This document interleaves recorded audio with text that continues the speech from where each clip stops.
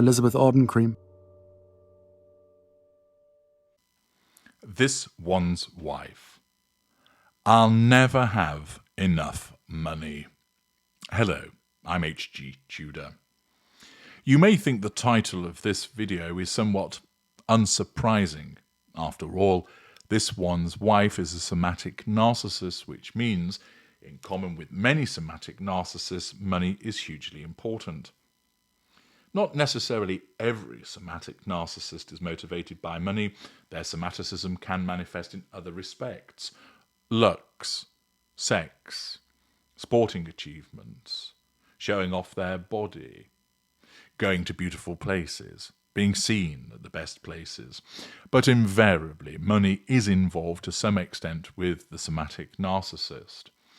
Either they don't have any of it and sponge off other people, they steal that money in order to have a lifestyle that they believe they're entitled to, they have tons of money but are stingy with it, or they have tons of money and like to show that they've got tons of money, engaging in financial largesse and gratuitous, conspicuous expenditure in order to provoke reactions. For this one's wife, we know that she loves money, in accordance with her somaticism, because having that money allows her to purchase PR puff pieces so she can assert control and draw fuel by way of the reactions. It also enables her to buy expensive clothing and jewellery which she can triangulate people with, fly in private jets, have a large home, and so on and so forth, have a significant security entourage so that heads apparently turn wherever she goes. She always likes to use other people's money because of her lack of boundary recognition and the asset appropriation that comes with that. But she wants to have a lot of her own money also, which was one of the prime attractions of Prince Harry, who she clearly thought was far wealthier than he actually was. And whilst he got substantial wealth by many people's standards, it wasn't in the stratosphere of wealth like some other individuals.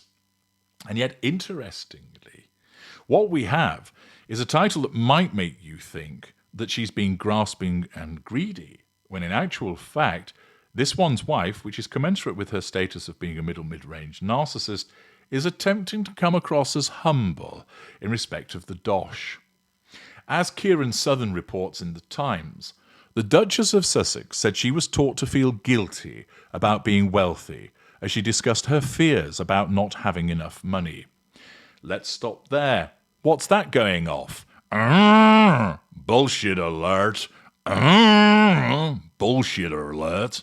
Yes, this one's wife's chatting bullshit once again.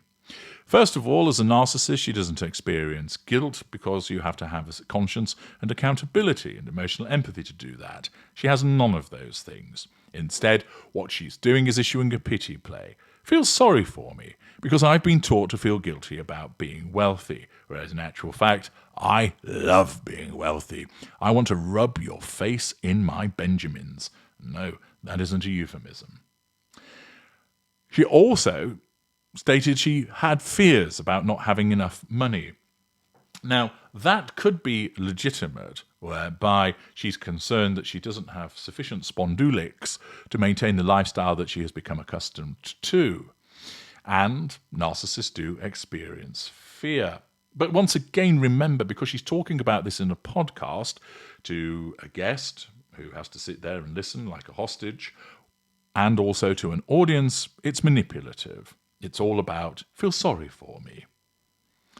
This one's wife hosted the billionaire entrepreneur Sarah Blakely on the latest episode of her podcast and talked about the obstacles women faced in business.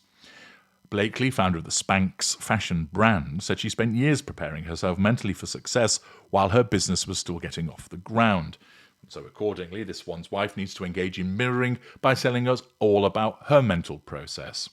Blakely said a lot of people don't even realise they have not great narratives. Why not? Anyway, that doesn't quite read right, does it? A lot of people don't even realise they have not great narratives around success or around obtaining a lot of financial freedom and money for themselves. This one's wife said she would love to adopt Blakely's mindset, but that women were discouraged from building wealth, character trait acquisition, and pity play. Ever the victim. I'm discouraged from building wealth. So many women, especially, were taught to not even talk about money, and there's lots of guilt mentality surrounding having a lot. Is there? Really?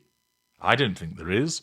You can point to lots of successful and wealthy women, either having done it themselves, having won it, inherited it, or even got it as part of a divorce settlement, and they're not shy about talking about money.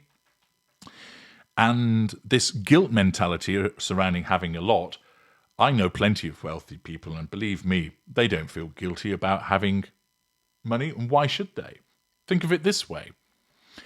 If you have built up a business which has made you a lot of money, invariably you'll have worked your clackers off.